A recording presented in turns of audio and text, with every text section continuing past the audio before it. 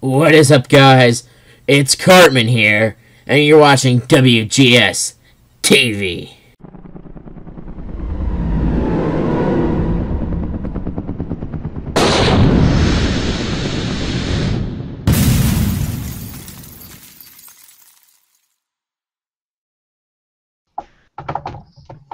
Hello everyone, welcome to another installment of WGS-TV right here on YouTube.com/WrestleGamer and ZFXTV.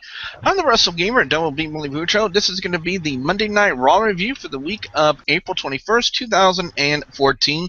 Let me introduce the panel for this week's Monday Night Raw review. First off, from YouTube.com/LanceMossTV, he is the incomparable Lance Moss. Lance, how you doing? I'm doing pretty good, and I was surprised to see Jack Swagger on Raw because Sunday was 420. Good one, Lance. Good one. Ladies and gentlemen, from the hood over on iVlog, he's the Bay Area MVP, known as Will. Will, what's up? The only thing I'm going to say is Lady Cobra is luckily not trending on Twitter as bad as I thought. Oh, man. A lot of stuff to talk about from Monday Night Raw this week, ladies and gentlemen. We welcome the man from South Park, simply known as Cartman. Cartman, what's up? Absolutely nothing. That's why you're here. That's why you're here, right? Exactly. All right, and ladies and gentlemen, the son of Lord Alfred Hayes. No, I'm just kidding you. Ladies and gentlemen, Lord Alfie is here. Alfie, Lord Alfie, how you doing? I'm doing fabulous today, Billy. Just brilliant. Now let's check out the opening of Monday Night Raw. Very unique setting. Daniel Bryan making his return to the WWE. You know, with his wife Brie Bella, lucky bastard. And well, we first thought we were going to have a promo from the newly married couple, and it turns out to be Stephanie McMahon coming out there to talk about, to set up the match that he's going to have at Extreme Rules, which we kind of figured out it was going to be him and Kane at Extreme Rules, and then Kane just comes out of nowhere, just absolutely obliterates Daniel Bryan. My question to you, Lance, if they were going to pick a stipulation to go for their Extreme Rules match just based on what you saw in the opening segment of Monday Night Raw, what do you think it could be?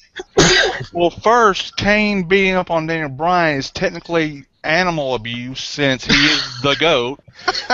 But unfortunately, they could go for a stretcher match, which I'm not a big fan of. But what are you gonna do? Well, question to you, Lord Alfie. Same thing. What do you think? What could the stipulation be just based on the opening segment?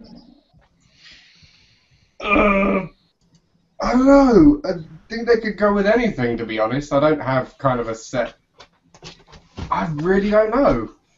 I'd just like to see it be somewhat extreme, not just like kind of mildly extreme, like a chairs match, I guess. That's like quite a low, or a steel cage. I mean, that's the lower kind of end in my eyes. I'd kind of like to see a bigger match. I don't think they could do steel cage because they already have a steel cage match, right? I mean, they have Cena and Bray Wyatt in the steel cage. True. I don't think they can do two steel cage matches at Extreme Rules. Will, over to you. Could they really sell this match if they were just going to make it an Extreme Rules match for the WWE World Heavyweight title? Could it work? If it were to work, it most likely would. I mean, just depending on how you build it and how many people are going to actually sit there and watch the match. But you have to always build things up for things to work. So in a cage for a title or something that prestigious on the line, why not? It's worth seeing. It really would. Well, we had the semifinals of the Intercontinental Championship #1 Contenders Tournament coming up next. We had Bad News Barrett, who, like always, Lord Alfie, he had... Oh, I'm afraid I've got some bad news. And he came out to a very positive pop from the crowd, which kind of leads me to believe that possibly the Bad News Barrett gimmick is really starting to get over on the WWE universe. And a lot of the crowds are really starting to get, are drawn to that gimmick. A gimmick finally working for Wade Barrett. It was something I said months ago, during the inception of the Bad News Barrett gimmick. It all depends if this gimmick can get over with the fans. And from what the reaction we had last night from the fans, it seems to be doing okay as far as that's concerned. But he took on Sheamus in a very, very hectic match, which ended with Barrett landing the Bad News Bullhammer elbow and advancing into the finals for the Intercontinental Championship #1 Contenders Tournament. Lord Alfie, your thoughts, what your guy basically getting into the finals for the Intercontinental Championship #1 Contenders Tournament. I really want to see him win the title again, because I don't think he's done a hell of a lot. I want to see him in the picture more often, and as he's getting this positive reaction all of a sudden since, I guess, WrestleMania, the post-show, I want to see that continue, and I just love the reaction that he's getting. I think it's great. Like when he punches the air and everyone shouts "Bull," I think that's great. I'd love to see him live. I saw him once, and that was during his Nexus days, and he got a lot of heat. I'd rather see him get a pop than a negative heat. But yeah, I think he's great. I want to see him win the title, to be honest. Well, Cartman, over to you. And if possible, do you see Sheamus being the? Not Sheamus. Bad News Barrett. I'm sorry. Do you see him actually going on to win the whole thing and actually become the new Intercontinental Champion against Big E? WWE might do that. I mean, I'm not 100% sure, but I mean, WWE might do that, seeming as he's been with the company for a while, and he got a little bit of an Intercontinental Championship reign a couple of years ago, but he hasn't been able to get a work visa until fairly recently, so he's been just kind of this gimmick. This is still like this kind of right now is like still his first in-ring action, so to speak. I am going to kill James for that Oksana picture. Billy, yeah. I got you. James is a believer. Everybody knows this. Shut up, Lance. Yes, James, guys and gals. He's the king of divas. James from the Big Easy is here. I go away for 1 week, and then I was at school right now. I just don't know about y'all people. Right. Yeah. You're still wearing that WrestleMania hat. I love it. It's fun to wear the WrestleMania hat. Sporting the people. Exactly. And it's a free hat, too, so, yeah. Wow. Well, anyway, on to the next segment of Monday Night Raw. We find out that the WWE Universe had the chance to put John Cena in a match. There's three options: Luke Harper, and Eric Rowan, or the entire Wyatt family. And knowing the way that about 75% of fans feel right now about John Cena, about how he's stale and repetitive and boring, and just like their attitudes and probably their mothers are right now, stale, repetitive, and boring. Yes, I was directed at you, Ecstasy 69. Shots fired. Bang. Well, anyway, I just kind of knew that, where the fans were going to go from there, with John Cena being forced to take on every member of the Wyatt family. But needless to say, we still had a promo by the Wyatts, where I still yet to have really understand anything that was in there. But I will say this, though. I am really a big fan of the lighting, the changing of the atmosphere, the ambience of the whole Wyatt family. Trying to give them that eerie feeling. Even though they are supposed to be heels in the company, the fans are supposed to despise them. They're just absolutely loving this gimmick, which is still kind of baffling to me. You know, me who still uses traditional wrestling logic when I watch professional wrestling nowadays. It probably just doesn't make any sense to other people, you know, the way I think. But needless to say, well, Lance, you know, whenever I watch a Bray Wyatt promo, you know, for some reason nowadays, he just gets everybody singing. Yeah, and about the whole poll thing, man, them things are about as rigged as a dictatorship election. Wow. Well, they are. No, nicely put though. I'll give you that one. And well, yeah, I mean, Bray Wyatt right now has the whole world in his hands, but I mean, dark characters and dark groups have tended to get over in the wrestling business. I mean, you have the Dungeon of Doom got over. You had the Ministry of Darkness got over. Now the Wyatt family are getting over. Can somebody please explain to me why in the world James was dressed up in his bull outfit on Monday Night Raw in a tag match with El Matadores and 2.5 MB?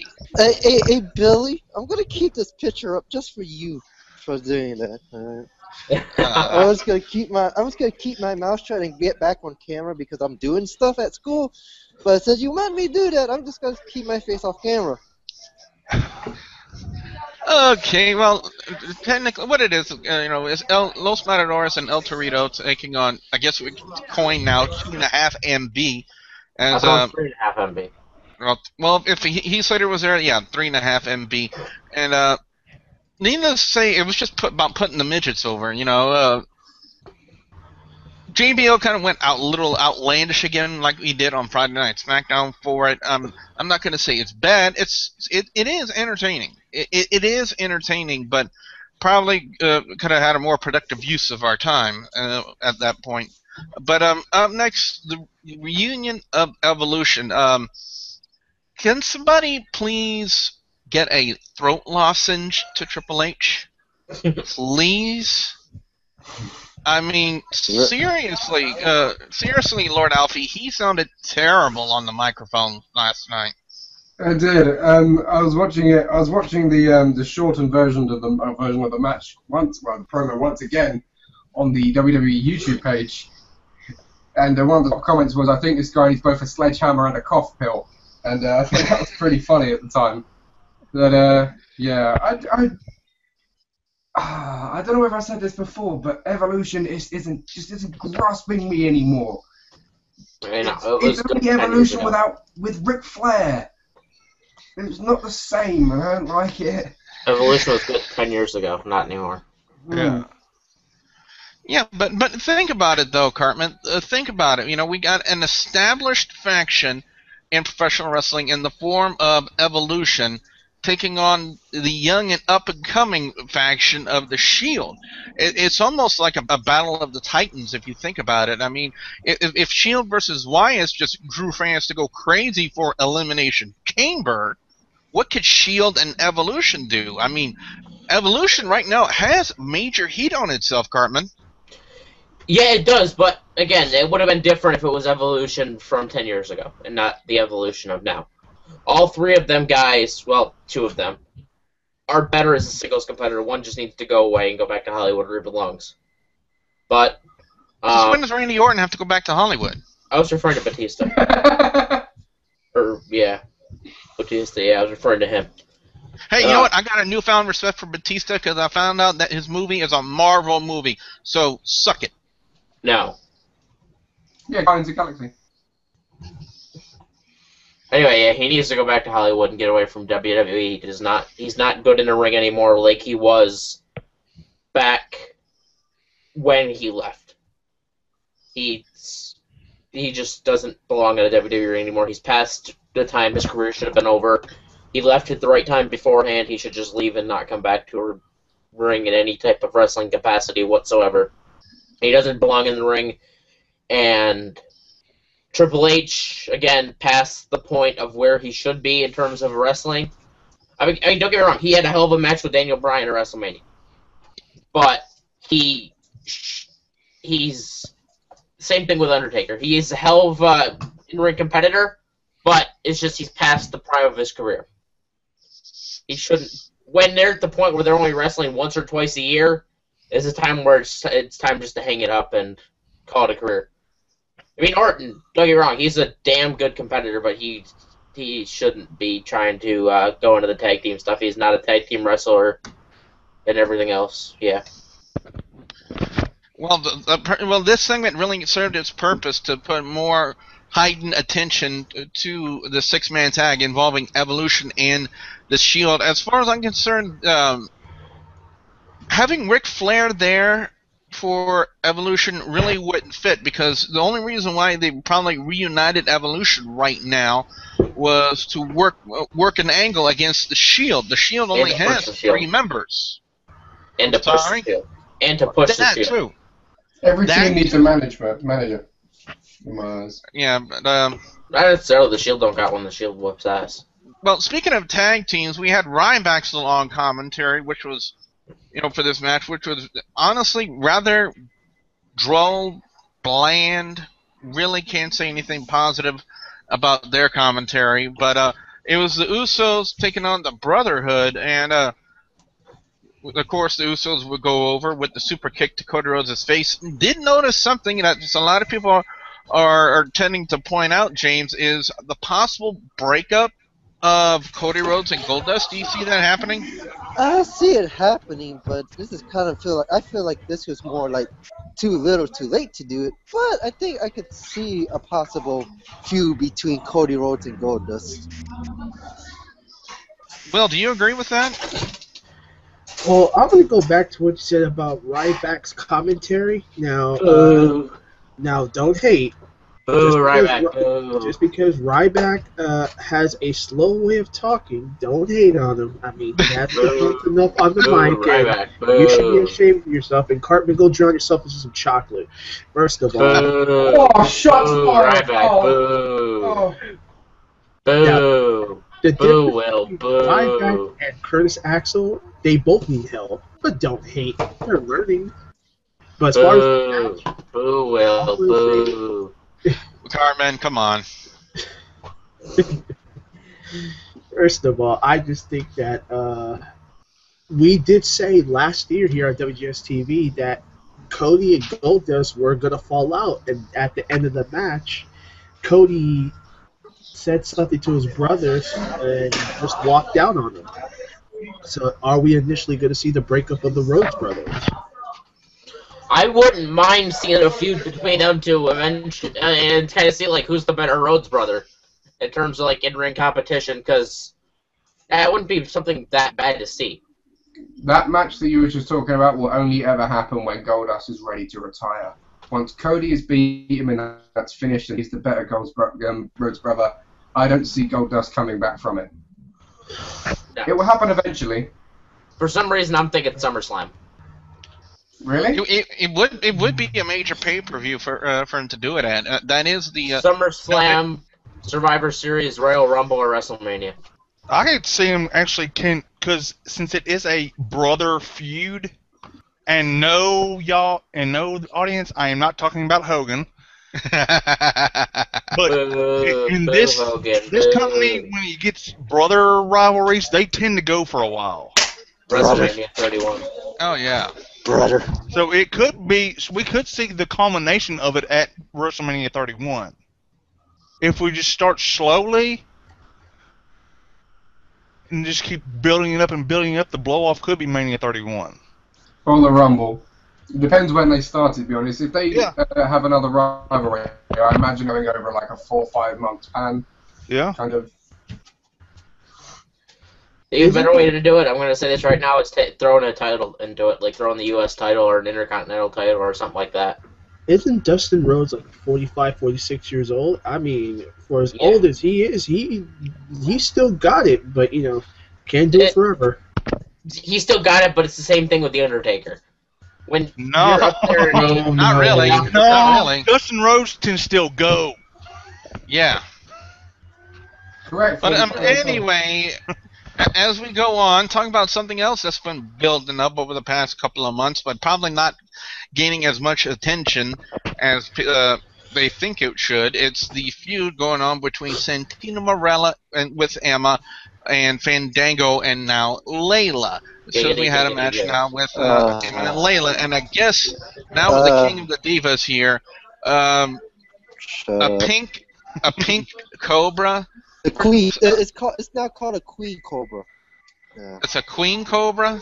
Yeah, that's the name of it now. It's Lady Cobra. I still feel dirty even saying that. Yeah, it is. It's dirty. And That sounded dirty. Hey, remember, this is WWE Facebook. It's getting some. The Queen Cobra has given. It's spewing out some Vema. Oh my god. Really? Oh God! That's it. Oh. WWE Facebook. WWE Facebook. Not me. It's all WWE Facebook. Yeah, sure. Blame I'm Facebook. looking this up. It's all WWE crap. I want to say this. Alfie, verify. I'm going to verify. And WWE NXT Facebook page, please. WWE's NXT. Yes. While we're doing that, let's talk about the other semifinals match for the Intercontinental Championship #1 Contenders Tournament. Rob Van Dam and Cesaro. WWE actually debuting new music for Cesaro this week for the King of Swing. More like kind of like generic rock music, high energy rock music for Cesaro. I'm really, if they really want to keep a King of Swing gimmick on Cesaro, that type of music, I don't know. Something about it just, in my opinion, didn't fit, into the gimmick. Maybe that's just me. It could be, everyone else could say, oh, it's perfect music for Cesaro. But for me, as far as I'm concerned... Yeah, he's right, by the way. Oh, jeez. Yep.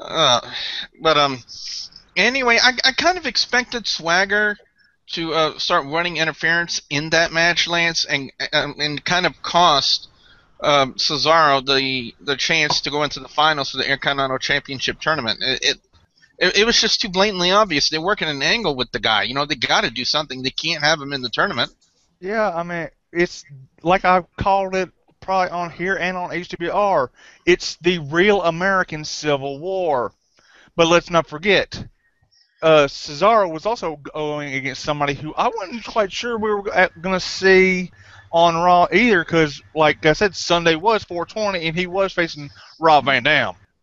And we know what he likes to smoke. Anyway, Good. With his music, anybody else think the siren kind of sounded a little too close to Paul Bearer? I was thinking Perry Saturn. It sounded I was thinking, wait a minute, Paul Bearer's gone. We can't have, because I thought he was going, ow! No. Yeah, what Billy said, it sounds more like Perry Saturn than anybody. But he's escaping Alcatraz. It could have came out with Moppy. Yeah. But I will say this, though. WWE cutting into commercial right in the middle of Paul Heyman talking about Brock Lesnar in the ring. I thought that was hilarious for WWE to do that.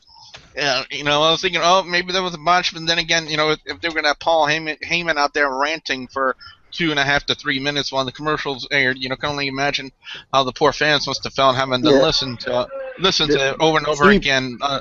Go ahead. Yeah. No. Yeah. If you saw in the app, he was repeating the same stuff over and over and over again.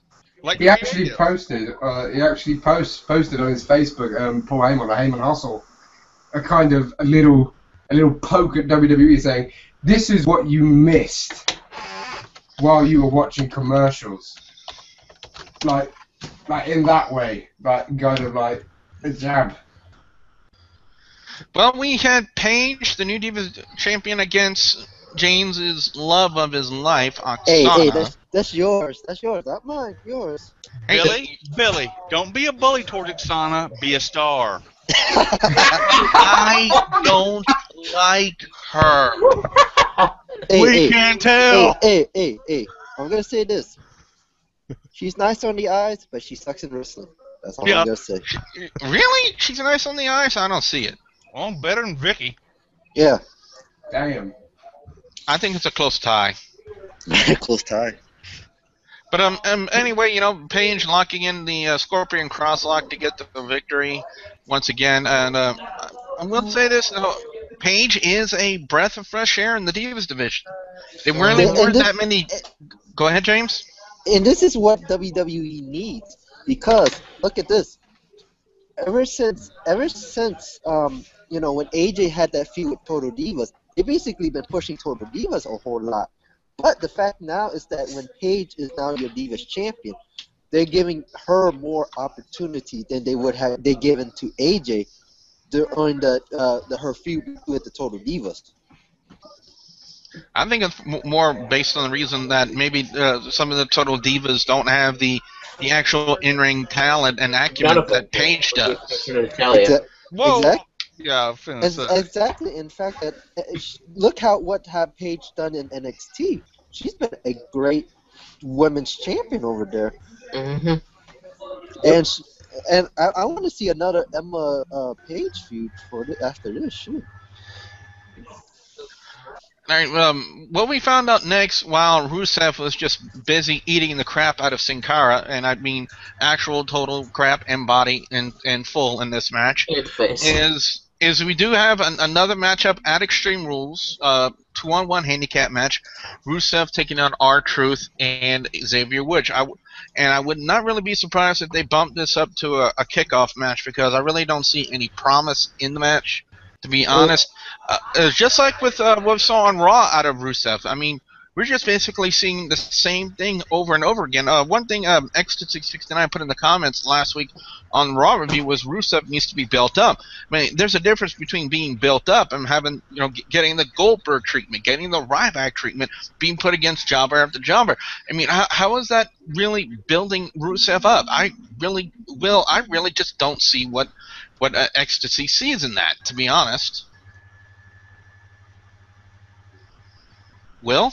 I was just reading this email that says, "Dear WGS-TV, we just noticed the fact that you are the greatest wrestling cast on earth. Too bad Billy won't admit that he really likes Rosa Mendez." Well, anyway, back to the story at hand. Yeah. I'll show it to you later. Okay. No, but this one, I mean, this is just another subtlety, in my opinion. Just another subtlety. I mean, what I really want to say, I want to say last. So go around the panel, because I'm going to shock when I'm going to say last. So give this one to somebody else, but I will go last, because I got something to say. Give it to Alfie. Let's go to Lord Alfie on it. Lord Alfie, again, like I was saying, they're saying Rusev needs to be built up, but yet they're giving him the Goldberg treatment in a sense. I've said this before, and I've said it again. Stop giving him the Ryback treatment. Start giving him bigger guys. I'm talking people that don't appear often, that are pretty big, that can be somewhat buried. I'm talking your big shows. I'm talking your Carlys. Another bit Mark Henry. I'm talking those guys. Give him those guys, and I'll be like, damn, this guy's impressive. Like, that's pretty cool. Instead of giving him Sin Cara or Hunico. I'm tired with the jobber treatment. With the Ryback treatment. Okay. Definitely. No, I was going to say, too, just give him somebody that he can actually compete against, and not some little pansy that is terrible. Yeah, and here's the thing, too, now that I finally got what I wanted to say. Why are they giving him the same like storyline that they gave Ryback? I mean, that's where I'm at by subtlety, because now you're just going to throw all these low and so-called mid-carders to him just to prove what? You did it to Ryback, you did it to Mark Henry when he was just coming out, and I mean, and the Accolade, it's called the Camel Clutch, and I'm going to pull a page from Rick. Accolade, I could think there's a better name than the Accolade. It's a camel clutch. Come on now. What? It's not even. I don't get it. At least call it something different, like something fruity. Fruity. With the camel, it's not even like it's a different. It's not even like there's any difference. Like if you look at Paige's finisher, there's actually a difference between the Scorpion Crossleg and what she does.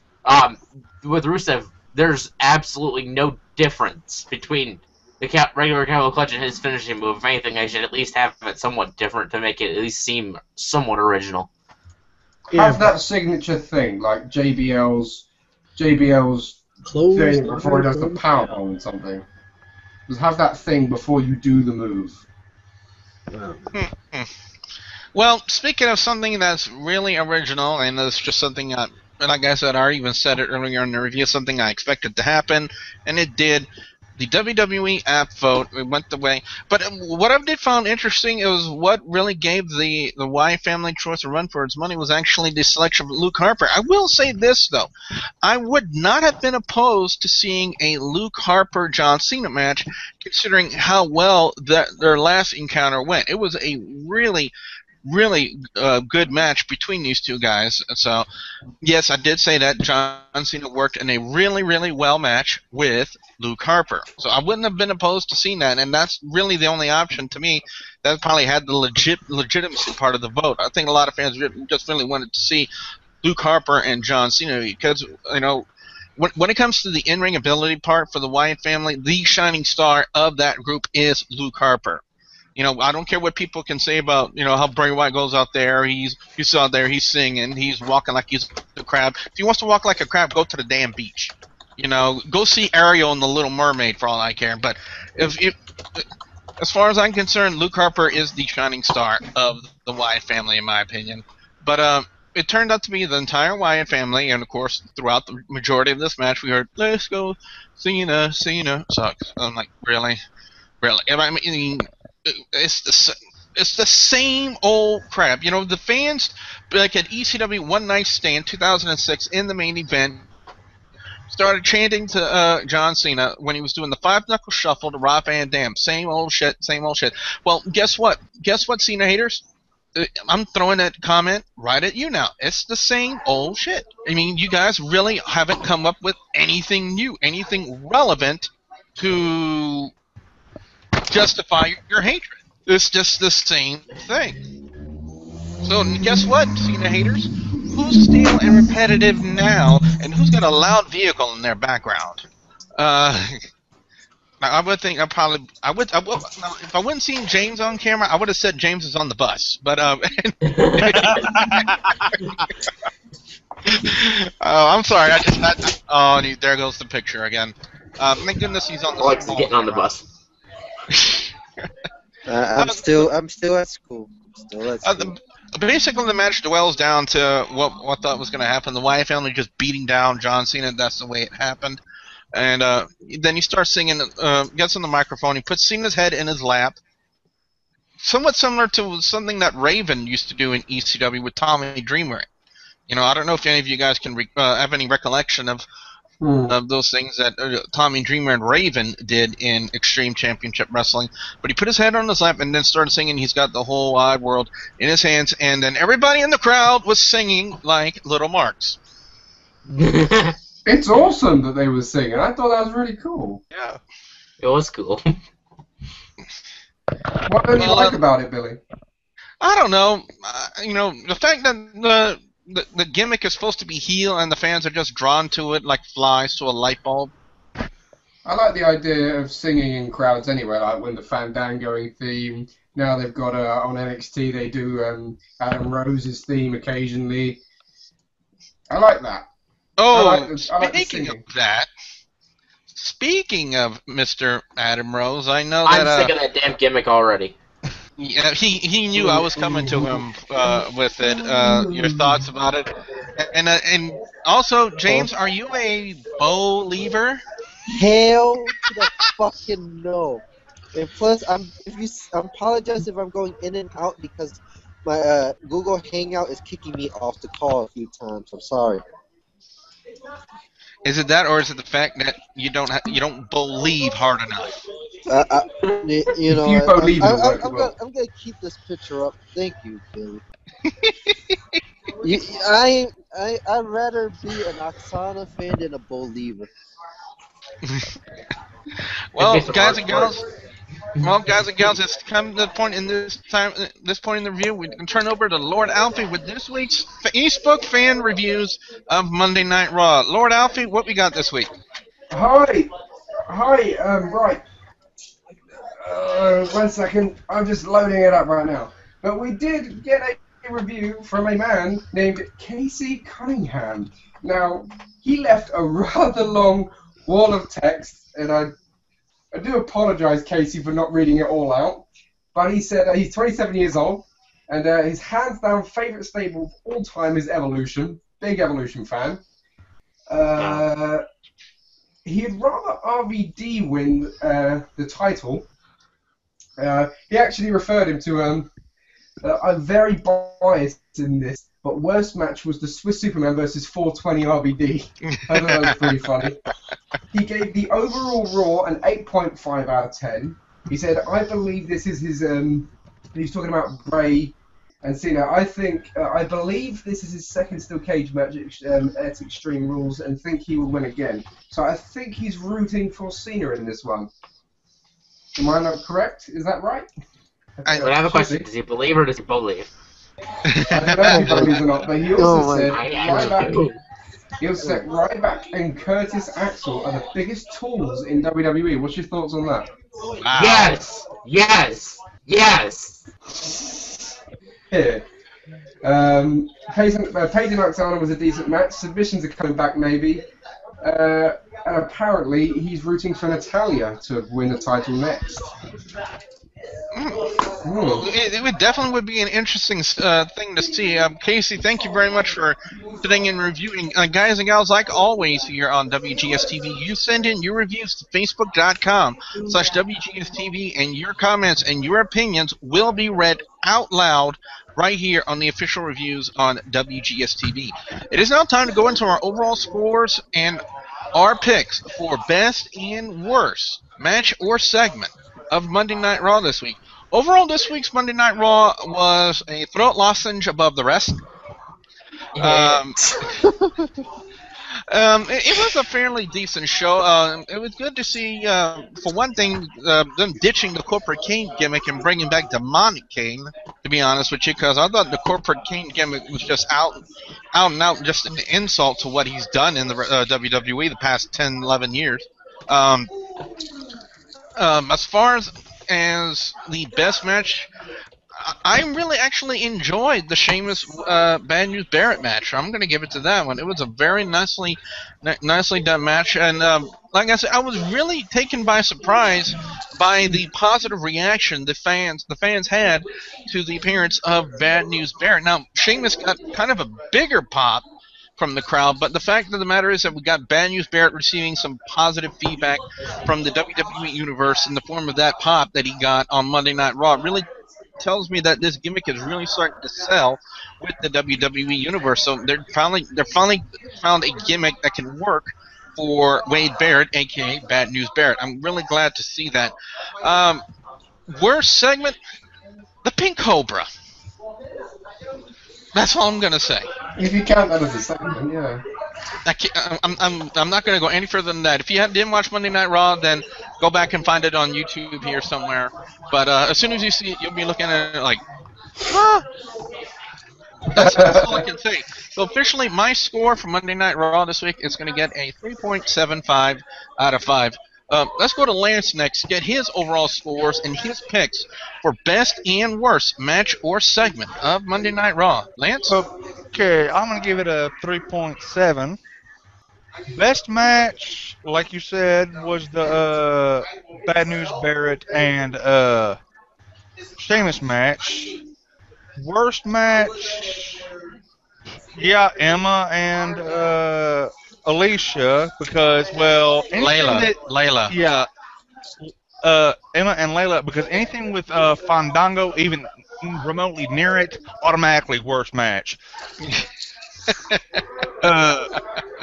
Worst segment. Now, I'm probably going to get some heat for that, but Paul Heyman learned something besides my client, Brock Lesnar, is the man that defeated the streak over and over again. Paul, I'm sorry, that sucked. Yeah, but here's the thing, though. That's the thing that's drawing heat to him right now, more than anything, is the fact that he's the advocate for Brock Lesnar, the beast who conquered the streak. And, you know, he's got to try to draw major heat to him.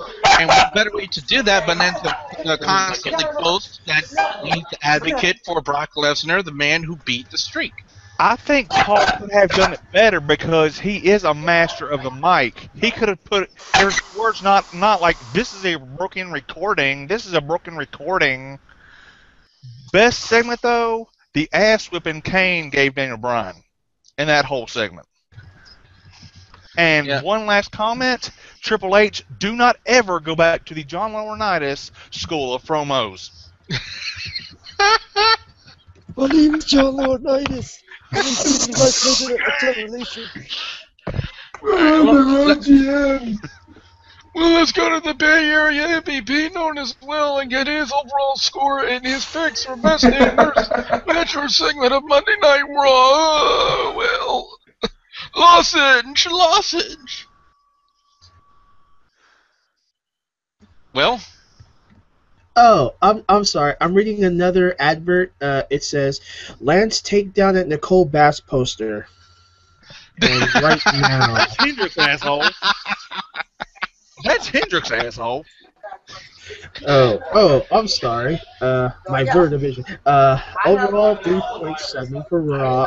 That was very interesting. And on a side note, rest in peace to Daniel Bryan's dad who passed away. I mean, Daniel Bryan must be going through one emotional roller coaster at the moment, so I thought I'd put a side note here for this review. Best match, I was going to put Cesaro versus RVD. Yeah, but that Jack Swagger interference made me change my mind to the Usos versus the now crumbling Rhodes brothers. Worst match? Yeah, I'm sorry. The Santino Fandango thing needs to die down very fast. Really does. Yeah. Best segment would have to be basically anything that Bad News Barrett does, the crowd's going to react. And like you said, you know, now he's getting all these pops all of a sudden. Worst segment, and I'm probably going to go off the bar here, and I'm going to say what Hornswoggle said on WWE Fallout. Oh. He wants to face El Torito in a one-on-one, no interference from either 2.5 and 3MB or Los Matadores, which I thought was funny. And another worst segment, the Lady Cobra, as James would hashtag that on his Twitter, knowing that he would. And thank you, WrestleMania hat. Well, ladies and gentlemen, he actually absolutely worships that pink cobra now. He's Jameson the Big Easy. As we go to him with his overall score and his picks for best and worst match or segment of Monday Night Raw. Time to go to the believer. Billy, look behind you. The duck is there. No, it's just a microwave. It's in the microwave. Someone's making duck for dinner. Do we have some orange sauce? Oh Lord. Anyway. I give Raw a 3 out of 5. The best match, I would have to say the tag team match. The worst match, why we have a pink cobra? Why? And I'm gonna say this, I'm very interested where they're gonna go with Paige on this one. With the fact that now, not just Paige, but Tamina, since she's not a number one contender, I want to see how Tamina does it without any interference from AJ Lee. Do you recall what she said in her promo, Tamina, that's saying that for once a real diva is going to be worthy of being champion? Do you think that was kind of a knock at AJ a little bit? I think that's what it is that they're basically I think Tamina's not going to even win the title, and this is where they're going to start AJ's Tamina's feud, because AJ is, in the rumors, is expected maybe to come back in May or June.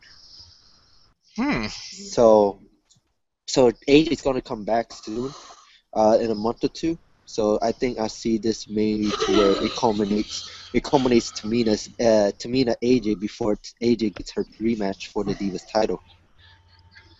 All right, and well, we did have Cartman, but for some reason he's having some technical issues and technical problems. So I'm pretty sure Cartman will just post up his overall score and picks for best and worst match or segment of Monday Night Raw in the comment section below, which I do invite everyone to do who's watching this video right now to go ahead and do that as well. So finally, ladies and gentlemen, we're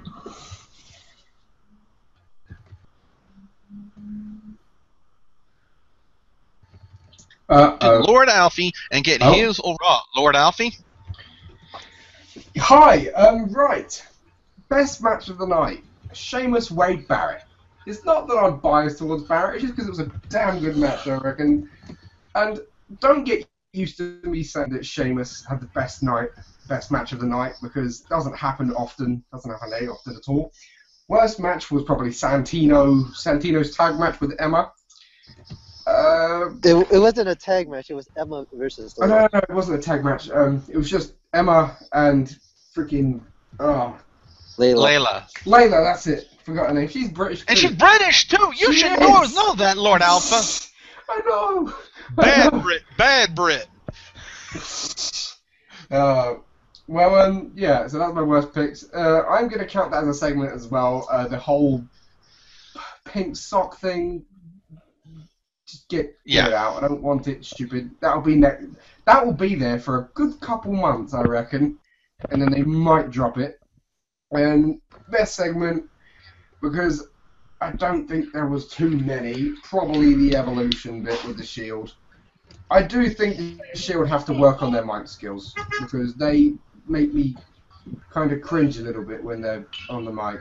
To be honest, like they're a bit over the top. They're going ham on it. Well, a little bit of work. No, yeah, and also be sure you take a throat lozenge before you go on the microphone again, Triple H. What we want to know now from you guys out there, the viewers and subscribers, as James gets on the bus, is what are your thoughts, your comments, your overall scores, and your picks for best and worst match or segment of Monday Night Raw, guys. We definitely.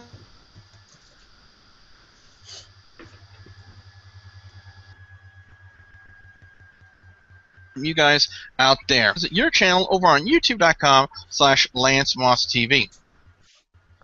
Album reviews, NASCAR discussion videos, Redneck Gourmet cooking videos, and guitar work stuff, and whatever else pops into my head.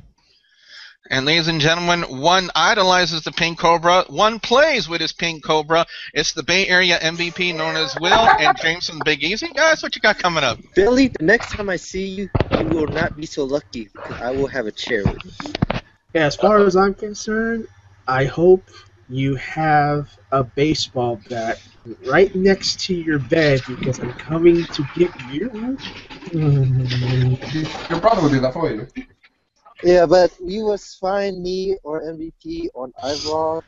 MVP, would you like to say your location? Well, they can see it right now on the screen. Oh, see him. iVlog that. Saying me is iVlog that users. The iVlog.tv/users/fatboy504. We do game shows, talk about wrestling and all that random stuff that we do, game shows. And we also talk about how Billy loves Oksana so much. And how much you are a believer. And finally, ladies and gentlemen, Lord Alfie has his own Facebook page, Lord Alfie. Hi, yeah, you'll find me at facebook.com/ProWrestlingLad. Discussions, news updates, kind of all that jazz, really. You'll find me over there. It's recently new and improved. So, yeah, come find me, have a chat. Feel free to talk to me sometime. As our believer is seething for some reason, I'd also like to remind everyone to please like the Facebook page, facebook.com/WGS-TV, and don't forget to please subscribe to youtube.com/WrestleGamer and youtube.com/ZFXTV Network if you haven't already. So, with that being said, for the incomparable Lance Moss from Lance Moss TV, the Bay Area MVP, known as well, James from the Big Easy, who is now a believer, and he's heading into McDonald's for a hamburger, it looks like. The man from South Bronx, formerly known as Cartman, and Lord Alfie. Ladies and gentlemen, I'm the Wrestle Gamer, Double B Billy Boudreaux, saying thank you very much for watching. I didn't know a school become a McDonald's, and Billy, this is the chair I'm going to use to hit you with. This review is brought to you by Levesque Lodges for when you have to be the game. Yes! You have to be the game! Time to play the game! James versus Billy, Extreme Rules, chair match. Yeah!